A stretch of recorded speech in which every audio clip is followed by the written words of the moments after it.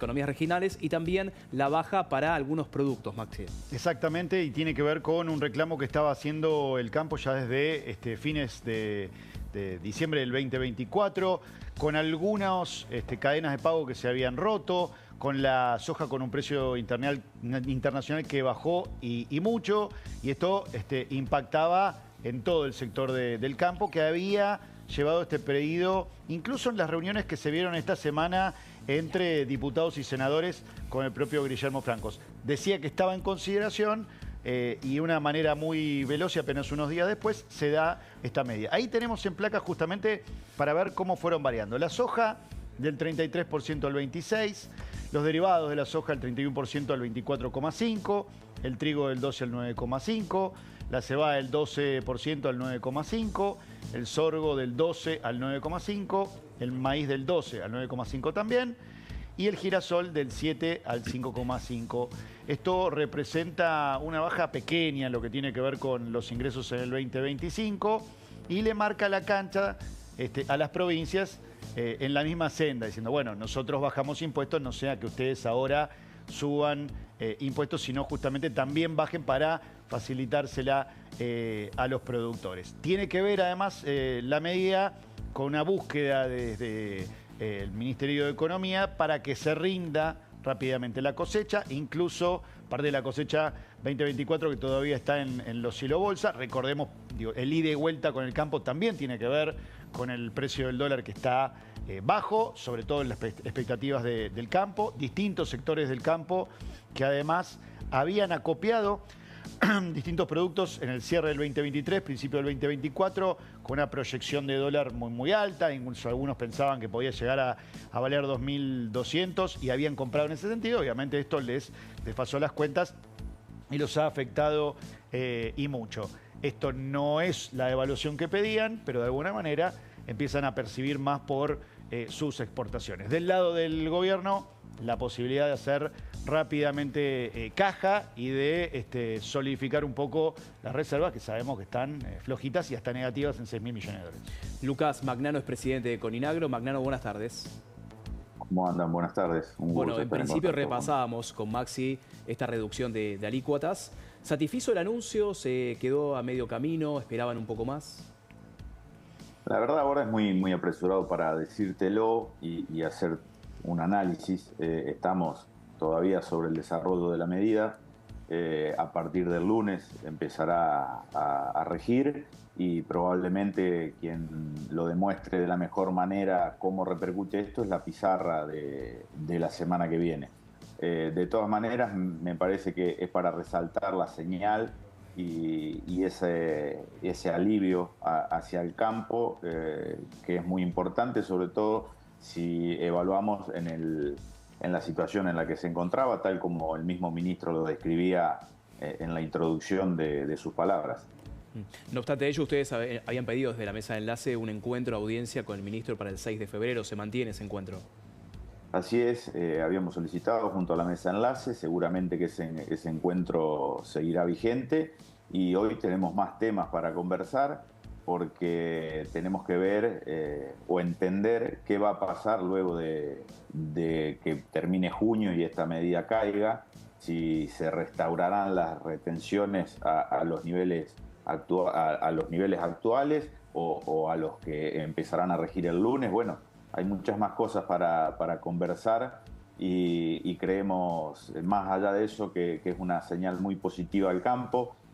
Probablemente en algunos lugares, dependiendo de la zona productiva y cómo haya pegado el tiempo, no solucione del todo la situación, pero más allá de eso creo que es para destacar el gesto del gobierno y el entendimiento en la situación en la que está el campo. Lucas, me agarro eso que vos decías, ¿qué pasará después de junio? El gobierno está buscando un nuevo paradigma. Antes, en función de una devaluación permanente, sentarse arriba de la cosecha en los silobolsa era una buena inversión porque siempre te terminaba rindiendo. Hoy el gobierno está esperando completamente lo opuesto, que de acá a junio no les quede nada, les estén vacías esos silobolsas. En esos dos extremos, ¿cuál crees que va a ser la proporción? Bueno, la verdad que eso es complicado por ahí que te lo resuma.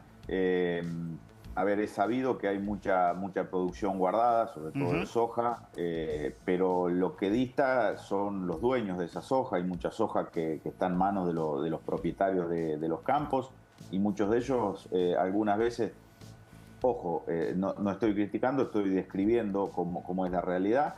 Algunos no viven directamente del producido de ese alquiler y tienen otras actividades, lo cual hace que la decisión de venta sea por otros factores. Los que estamos en la producción y vivimos de ella, generalmente necesitamos esos flujos, lo cual esto seguramente dé un aliciente a una aceleración de las liquidaciones. Hay que adaptar, hay declaraciones juradas diferenciadas para obtener esta rebaja, pero más allá de eso creo que es probable, más allá que no sea a lo mejor un crack de mucho precio, es probable que haya una pequeña aceleración para capturar esa disminución de retenciones en el próximo tiempo. Entiendo que esta medida, Lucas, había sido anunciada incluso por el presidente Javier Milei de campaña, inclusive durante varias visitas a la sociedad rural aquí en Palermo, en la Argentina, pero ¿imaginan un escenario de retenciones cero, no digo este año, por ejemplo, pero de aquí al final de este mandato? No lo imaginamos, creo que es lo que tiene que suceder en la Argentina. El campo hace más de 2 décadas viene aportando a la Argentina, a los diferentes gobiernos, y creo que es hora de que el esfuerzo sea mayor y compartido, y no solo del sector agropecuario. Me parece que este es un camino que se inicia para no tener vuelta atrás y llegar a ese cero que vos mencionás. Creo que no me cabe duda. La oposición está trabajando en un proyecto de retenciones cero. Los inventores es muy paradójico, ¿no? Los inventores de las retenciones están trabajando ahora en un proyecto. Se quieren congraciar con el campo, le pegaron 20 años, pero ahora están buscando ese voto también en lo político. Así que, ojo, porque el proyecto va a progresar en los próximos días, varias semanas. Sí, le quería hacer una consulta a Lucas, si puedo. ¿Qué tal, Lucas? ¿Cómo estás? Ignacio Damonte te saluda. Estaba viendo algunos informes de consultoras, porque ayer dialogábamos con Pablo acerca de lo que puede llegar a ser la cosecha para 2025. ¿Es cierto que el trigo va a tener cosecha récord? Alcanzando los números que se vio durante el comienzo de la guerra en Ucrania, y que la soja podría seguir detrás de eso. ¿Esto es así? Lo del trigo es cierto, creo que terminado, no estarán los números finales, pero ha habido una muy buena cosecha. En soja está todo por definirse de la misma manera que en trigo. Sí, depende de la lluvia. Depende de la lluvia, es ahora de febrero y marzo, ¿verdad? Exactamente, estamos en momentos definitorios. En esta etapa del año es donde se empiezan a definir los rindes. Hay zonas en las que ya han sufrido y no sé si podría llegar a recuperar ese estrés los cultivos y brindar su mayor expresión en nivel productivo. Se habla de 30.000 millones de dólares, Lucas, que podrían aportar el campo al gobierno nacional.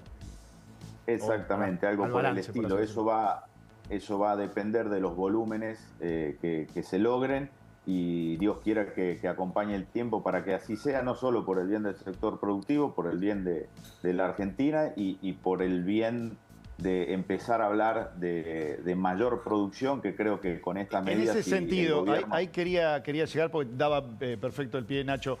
¿Se anima el campo a pedir crédito en un contexto ahora que es más favorable, que con un mercado interno más ordenado, externo también, por supuesto, pedir crédito para, obviamente, poder producir más? Es necesario el crédito y el apalancamiento para el crecimiento y para la inversión, eso es totalmente necesario. No sé en este contexto cómo reaccionará el productor y a esta señal. Más allá de eso, creo que yo por ahí también tengo otra idea, y creo que es fundamental que en el campo empecemos a hablar claramente de que se naturalice ganar dinero con la producción, claro. Que una vez esto consolidado, el crédito viene solo para el crecimiento y para el desarrollo de las empresas agropecuarias. Lucas, no sé si te comprometo con la pregunta, pero ayer cuando hacíamos el anuncio, también repasábamos el origen de las retenciones allá por 2002. ¿Tiene un estimativo de cuánto aportó el campo al fisco en términos de retenciones de estos más o menos 20 años? Sí, en estos 22 años aproximadamente y actualizado ronda más o menos 230.000 millones de dólares traído a fecha de hoy, porque no solo el peso se devalúa, el dólar también se devalúa, así que supera los 230.000 millones de dólares de derechos de exportación aportados desde el campo a las arcas del gobierno. Y la pregunta millón, ¿a dónde fue ese dinero, no? Claro, además, y se da una alternativa particular este año, y los que vengan seguro también, porque si al campo le permiten invertir, quizá eso produzca mejor rinde. Pero no muchas veces en la historia argentina, corríjanme si estoy equivocado, la energía, el sector energético y el sector del campo podían asegurar tanta cantidad de ingresos de dólares, ¿no? Porque pese a que llegaron tarde las medidas para el campo, según plantean algunas organizaciones, venían mirando mucho al sector energético, pero si de la mano del sector energético aparece un campo con 30.000 millones de dólares, y la balanza puede ser muy positiva. En un momento en el que la soja no está alta, además. Además, sí que está bajando, lógico. Exacto, bueno, a esto hay que agregarle algunos otros componentes, hay que ver cómo se comporta el mercado de commodity luego de la asunción de Trump, hay medidas que todavía están por tomarse y eso puede afectar, como ha afectado en la historia o en el otro mandato de ese presidente, pero lo cierto es que por suerte se vislumbra en el horizonte un flujo de muchos dólares, esperemos que esto se pueda consolidar y sin lugar a duda que esta sea una de las próximas muchas medidas que se tome en disminución de derechos de exportación, porque necesitamos, y el campo seguramente va a tomar ese compromiso, no me cabe ninguna duda, de empezar a producir más, con mayor inversión, con mayor tecnología. Y llegar sin escalas a China, ¿no, Lucas? Quizás de repente esperar que se pueda llegar sin escalas a China, sin mucho intermediario. Exactamente, para eso se están empezando a discutir cuestiones muy importantes como es la hidrovía, está abierta la licitación, necesitamos que eso se haga de manera seria y de manera muy profesional porque está en juego los próximos años de nuestro relacionamiento con el mundo, no solo del sector agropecuario, sino también de otros sectores que utilizan la hidrovía para canalizar su comercialización. Y por supuesto, tenemos que empezar junto con el gobierno, de alguna manera, por más que nosotros no hagamos esas inversiones, o sí, bueno, se verá en el tiempo, empezar a tener un gran desarrollo en inversión de infraestructura, porque la infraestructura argentina es demasiado anticuada, está colapsada, y si el campo y si el gobierno le empieza a dar estas señales al campo, no me cabe duda que la producción se va a tener un crecimiento muy grande y para eso vamos a necesitar tener una inversión que acompañe ese crecimiento para que no colapsemos en materia logística y no suban demasiado nuestros costos. Lucas, muchísimas gracias por el tiempo. Por nada, muchas gracias a ustedes. Abrazo grande. Y en este contexto económico sumamos a Gabriel Camaño, es economista. Gabriel, buenas tardes. Buenas tardes, ¿cómo andan? Un gusto. Bueno, estabas escuchando al presidente de Coninagro. Te consulto en términos fiscales, ¿no? ¿Cuánto deja de percibir las arcas nacionales? Y en principio, si se avanza con las retenciones cero, ¿cuánto sería ese costo? Mirá, el costo fiscal el gobierno lo estimó en 800 millones de dólares, que es algo así, como 0,12 del producto estimado para este año, para 2025. Está un poquito subestimado, un poco subestimado, digamos. Pero si tomas ese valor es eso, y si eliminaras todas las retenciones, y es más de un punto del producto, mirando el año pasado la recaudación, digamos.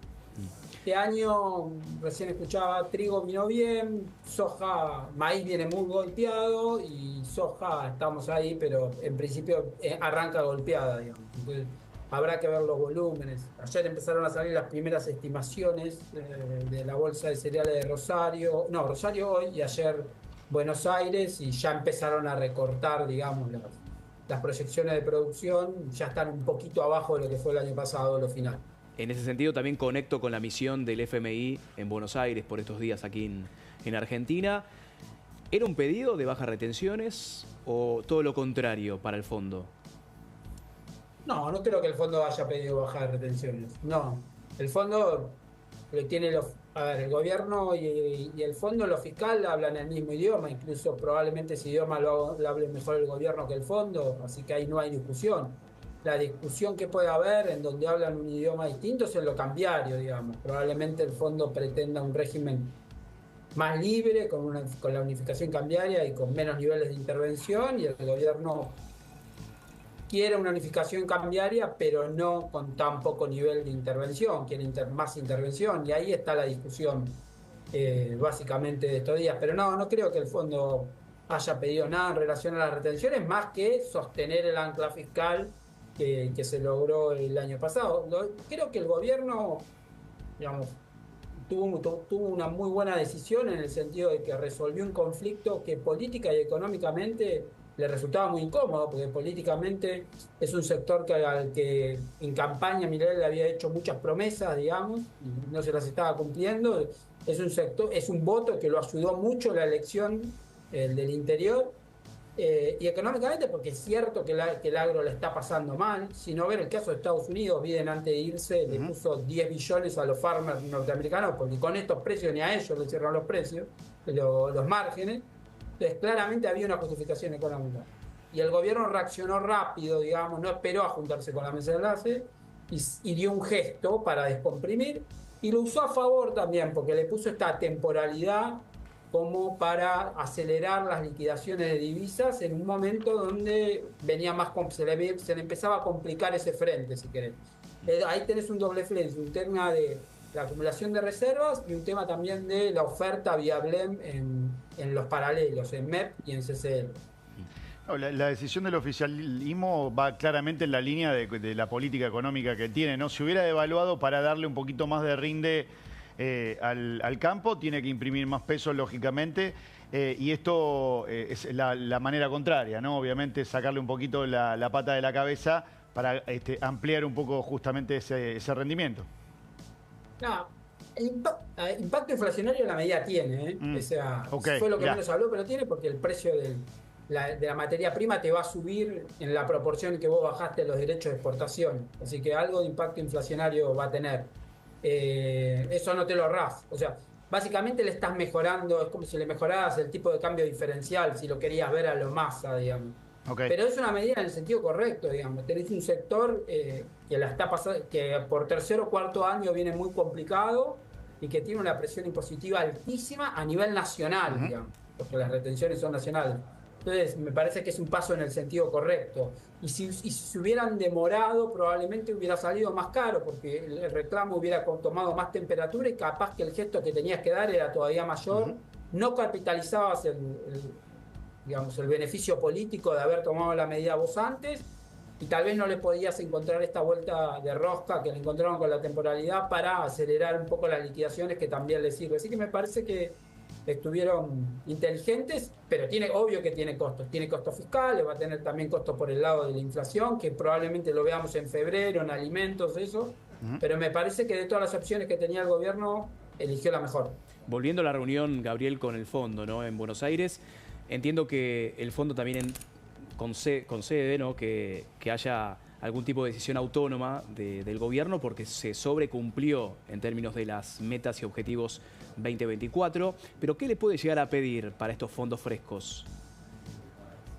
Bueno, como te digo, ahí hay varias cosas. Primero, siempre en cualquier acuerdo con el fondo hay una carta de intención. O sea, quiere decir que el que propone lo que se va a hacer, las metas, es el país, digamos. Manda una carta. Obviamente esa carta de intención está previamente charlada con el staff y cerrada con el staff, para que luego el staff la eleve con su informe de forma positiva al board para que apruebe y salga el programa, ya sea stand-by o facilidades extendidas. Pero siempre el que propone es el país, o sea que proponemos nosotros. Claramente va a haber una meta fiscal, que es el corazón del acuerdo y es lo que más le importa al fondo, digamos. Y después lo que te decía antes, la discusión probablemente esté en lo cambiario. El gobierno está necesitado para acelerar los tiempos de salida del cepo de financiamiento externo, para mejorar el balance del Banco Central, si querés decirlo de esa manera. Uno de los que posiblemente pueden poner recursos son el Fondo Monetario, que aumentaría su exposición a Argentina, que ya es muy alta, y eso probablemente es lo que le ha servido al fondo. Pero el fondo te va a decir, está bien, yo te puedo adelantar, de hecho aparte vos me tenés que pagar, te puedo prestar para que me pagues, porque hay que empezar a pagar en facilidades extendidas de Guzmán, y hay que seguir pagando intereses. Pero, y Argentina va a decir, no, dame neto, préstame más de lo que yo te tengo que pagar. Van a decir, bueno, yo te presto, pero no lo uses para intervenir. Yo te presto, pero unificá. Y ahí va a estar la negociación, la discusión. El fondo va a querer algo más parecido a una flotación con bandas, digamos. Y el gobierno va a querer algo lo más parecido posible, probablemente a lo que tiene Perú, que es una intervención bastante sucia, digamos, con bimonetarismo. Una flotación muy sucia con bimonetarismo. Y ahí va a estar la discusión. Hay que ver cuál es la síntesis que encuentran, el punto de encuentro. Capaz que terminan acordando un programa con desembolsos sucesivos a lo largo de este año, donde el paso final a la unificación se da después de las elecciones. Pero firmás el acuerdo antes y empiezan a llegar desembolsos antes. Entonces quedan bien los dos. Es una opción, podría ser tranquilamente esa la opción, digamos. Pero la discusión va a ser lo cambiario, de eso estamos seguros. Bien, Gabriel, muchísimas gracias por el tiempo, muy claro. No, al contrario. Abrazo grande. Antes de la pausa, ¿me dejan despedirlo del doctor Francone? Porque lo dejamos atornillado en la silla, ¿no? No le hicimos participar al final. No, bueno, no son temas míos. bueno, muchísimas gracias por haber venido. No, gracias a ustedes por la invitación, es un placer y sepan que son los que más quiero de todo. Muy